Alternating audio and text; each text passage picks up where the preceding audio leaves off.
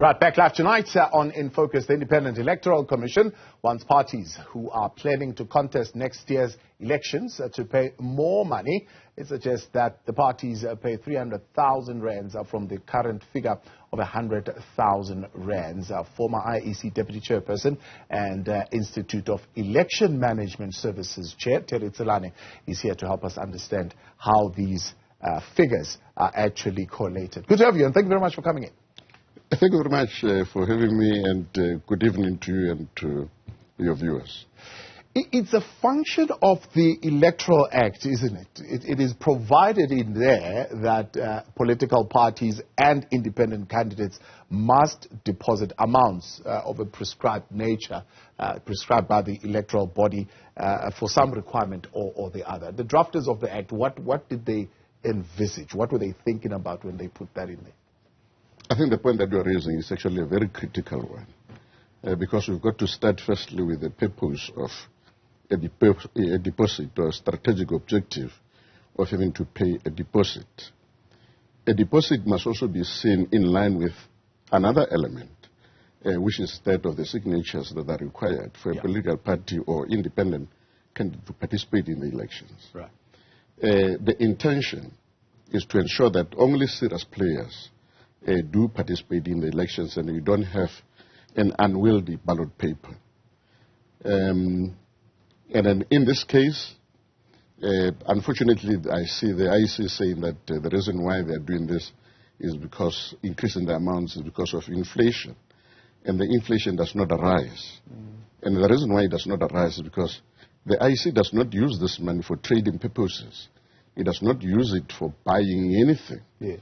And then therefore, in my opinion, they should actually be leaving it at the level where it was, because already, for political parties that are already in parliament, they've already proven their credentials, and therefore there is no requirement for them, firstly, to get their signatures, and secondly, to even get the deposit, because in any case, a party that gets a seat receives the money back. So the IEC does not actually use that money for any other purposes. It's an attempt to try to make sure that only serious political players participate in the process. That's an interesting point of view. Yeah. So when you do eventually make it on that list and you're making it to Parliament, you actually get it back. Yeah, you get it back. So if they are not going to be collecting that money for printing paper and maybe the machines, the technology that they want to implement, why would they bring it in? Because my understanding is also a portion of the fiscus is actually dedicated to the IEC and the work that it does. No, absolutely. That's why I'm saying that it's nonsensical for the IEC to be saying that they actually require or they're increasing the amounts for the purpose of inflation. Because inflation, as I've suggested, does not play any role here, because the IEC does not use this money for any trading purposes. That's why a political party or an independent who gets into parliament receives the money back. And then if you are receiving the money back, how does the inflation come in? The main reason why you've got to pay the deposit is because you are trying to make sure that you don't have frivolous players coming in, and then you're having an unwieldy ballot paper. And then in my opinion, as I've suggested, there is no need really for the increase. So are you saying where the threshold is sitting right now is high enough to be able to deter chances? Absolutely. I mean, the process of, or the requirements for political parties to participate in the elections, especially the first-time players, including the independents, it's onerous enough and cumbersome enough because the kind of the signatures that are required for participation in the process, it's already high enough. Yeah. And because it is high enough, there is no requirement to increase the deposit for the purpose of participation in the elections. But then wouldn't you say this, in a way, plays into what independent candidates have been saying, to say big political parties, and it would seem the IEC is agreeing with them, are trying to make it as difficult as possible for independent candidates to be a part of this process. And now here's another hurdle that is being put on their way to say we are even raising the fees a little bit higher. No, absolutely. But this time, remember, it's not the political parties, it's the IEC that is coming with the deposit that is required to participate in the elections. The requirement for an independent or for new political parties to participate in the process, firstly, in terms of the signatures that are required, it's already high enough. And therefore, that on its own will prevent frivolous participation in the process of the elections. And then therefore, that's what I'm saying.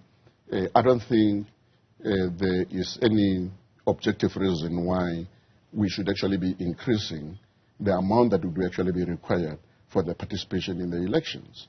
Because we already have one major hurdle that in certain instances, in order to participate in the elections, you would require 11,000 signatures. Yes. Now, if that is already in place, it is onerous enough, it is difficult enough, and complex enough for new players to participate in the process. And then why are you putting in a high amount of the deposit when, in actual fact, as I've indicated, and then I think IEC is erroneous in terms of saying that it is for inflation purposes because they are not using this money for any trading purposes. Right. Let's talk a little bit about even that aspect of it. Did you find that where the limits have been set were a deterrent enough? Did you not still get frivolous chances who wanted to come in, and how many of those would have fallen along the way? No. With the cut of the signatures that are required, remember that in the past, for political parties, especially those who are in parliament right now, they required at least 500 signatures to participate in the electoral process. Right.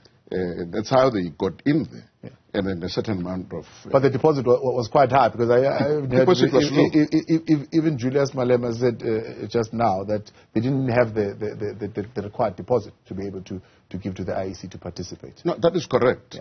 But I'm saying to you, you've got to look at this simultaneously. You can't separate the requirements for signatures from the deposit. So if already, and the purpose and the strategic objective of having the kind of the amount that you're going to be depositing is to deter frivolous participants, with the signatures already, you've already achieved that. Okay. Because in the past, as I've suggested, you would require at least 500 signatures for a political party to get in there. Right. So those that are already there, they've already proven themselves. So, I mean, if I remember, it's only been probably once or twice where we've heard of a party almost being kicked out of the ballot, not participating for failure to pay the deposit. So are you saying it has not been a rife kind of a situation or occurrence? No, it has not been. But the amount that was there was high enough in any case. And then the signatures that were required were low at that stage. As I've suggested to you, there were about 500 signatures that were required, and the amount was still very low. And then therefore, issues of inflation don't really come in because, as I've said, the IEC does not use this money for any trading purposes. And so where does this money sit? One would ask. If we give it to you, you put it in trust? Well, the IEC has got a way of actually keeping the money, and then immediately, as I've suggested, if you get a seat in parliament or in the legislature, you receive your money back. Yeah. So IEC doesn't need that money for any trading purposes. It derives no benefit from it whatsoever. When it's sitting in trust for 2 months, they don't get interest. They don't benefit that they get. They don't benefit anything. That's why I think the issue of inflation that they've invoked is basically it's misplaced because inflation does not arise when you're not going to be using the money for any trading purposes. IEC uses it for only one purpose, to deter frivolous participants in the electoral processes. How does this then play out? I mean, how does this position the commission in front of would-be prospective independent candidates to say, well, why are you putting this if you derive no benefit from these deposits at all? I mean, does it in any way raise questions around the rationale for bringing forward this proposal? I'm suggesting that it is rational for the IEC to be raising the kind of the amounts that they've raised for deposit. And I'm suggesting that even for the independents, why don't they put it at the same amount that what candidates actually require to participate in elections, which is about the 1,000 rands. It does not have to be the kind of the amount that they've actually put in there. Yeah. Because the process of participation in the elections, as it currently stands, it is difficult and complex enough for independents to participate in the process. And what is that thinking? I mean, except for the fact that printing costs are too much and you'll end up having a ballot paper from here until the entrance of the studio. Does it in any way affect the quality of the electoral process and the democracy of nations if you have such a long list of even frivolous people that want to come in there? Of course, if you've got frivolous participants in the electoral process, firstly, it means that you're going to have longer ballot paper. It increases the cost. It means that you've got to now have a very strong vote education process in order to educate the electorate about what is going to be happening, where you're going to find your party in a ballot paper. If it's a ballot paper that now has got 5 pages or 6 pages, it makes it much more difficult, especially for people who are not that literate, to be able to participate. You are most likely going to find what do you call it? The ballot papers that have actually been spoiled. Yeah, sort of spoiled ballot papers. Mr. Tselane, I appreciate your time. Thank you very much for coming in tonight. That is Terry Tselane, Executive Chair of the Institute for Election Management Services in Africa and former Deputy Chairperson of the Independent Electoral Commission here in South Africa.